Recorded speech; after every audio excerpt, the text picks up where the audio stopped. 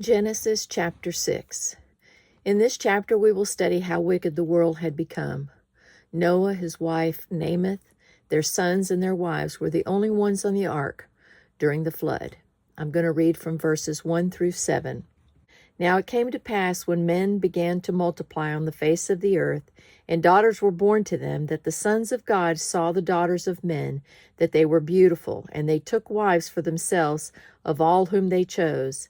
And the Lord said, My spirit shall not strive with man forever, for he is indeed flesh, yet his days shall be 120 years. There were giants on the earth in those days, and also afterward, when the sons of God came in to the daughters of men, and they bore children to them. Those were the mighty men who were of old, men of renown. And the Lord saw that the wickedness of man was great in the earth, and that every intent of thoughts of his heart was only evil continually. And the Lord was sorry that he had made man on the earth, and he was grieved in his heart. So the Lord said, I will destroy man whom I have created from the face of the earth, both man and beast, creeping thing, and birds of the air, for I am sorry that I have made them. The sons of God and the daughters of men. What does the sons of God mean? Are these men or some other being? Well, verse 5 says that God saw the wickedness of man on earth was great. It doesn't say God saw the wickedness of any type of being was great. And also, I look at Matthew 5:9, which says, Blessed are the peacemakers, for they shall be called the sons of God. So he uses that in the New Testament. And also in another verse, Romans 8:14. For as many as are led by the Spirit of God, these are the sons of God.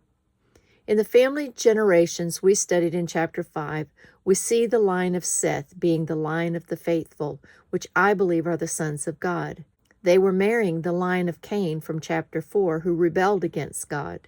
Their children were known as Nephilim. The blending of these two lines caused wickedness to run rampant here on earth. Only 8 people were being faithful to God, Noah and his family. Now I'm going to read verses 8 through 22. But Noah found grace in the eyes of the Lord. This is the genealogy of Noah. Noah was a just man, perfect in his generations. Noah walked with God, and Noah begot 3 sons, Shem, Ham, and Japheth. The earth also was corrupt before God, and the earth was filled with violence. So God looked upon the earth, and indeed it was corrupt, for all flesh had corrupted their way on the earth. And God said to Noah, The end of all flesh has come before me, for the earth is filled with violence through them. And behold, I will destroy them with the earth. Make yourself an ark of gopher wood. Make rooms in the ark, and cover it inside and outside with pitch. And this is how you shall make it. The length of the ark shall be 300 cubits, its width 50 cubits, and its height 30 cubits. You shall make a window for the ark, and you shall finish it to a cubit from above, and set the door of the ark in its side. You shall make it with lower, second, and third decks. And behold, I myself am bringing floodwaters on the earth to destroy from under heaven all flesh in which is the breath of life. Everything that is on the earth shall die. But I will establish my covenant with you, and you shall go into the ark, you, your sons, your wife, and your sons' wives with you. And of every living thing of all flesh, you shall bring 2 of every sort into the ark, to keep them alive with you. They shall be male and female, of the bird after their kind, of animals after their kind, and every creeping thing of the earth after its kind. 2 of every kind will come to you to keep them alive. And you shall take them for yourself of all food that is eaten, and you shall gather it to yourself, and it shall be food for you and for them. Thus Noah did according to all that God commanded him, so he did. God told Noah he was going to destroy man and beast in a global flood, and for him to build an ark. God told him the exact materials to use, gopher wood and covered with pitch.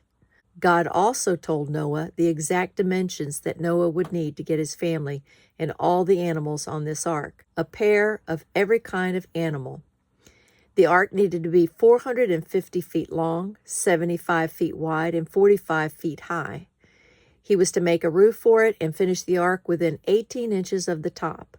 Put a door inside of the ark and make lower, middle, and upper decks.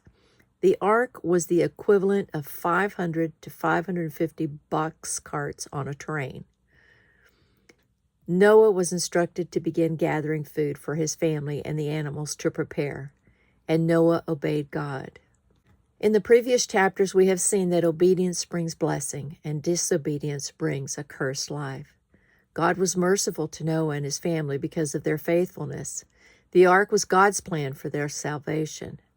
And God has been merciful to us as well, not only in our obedience, but even when we have let Him, ourselves, and others down because of His goodness toward us.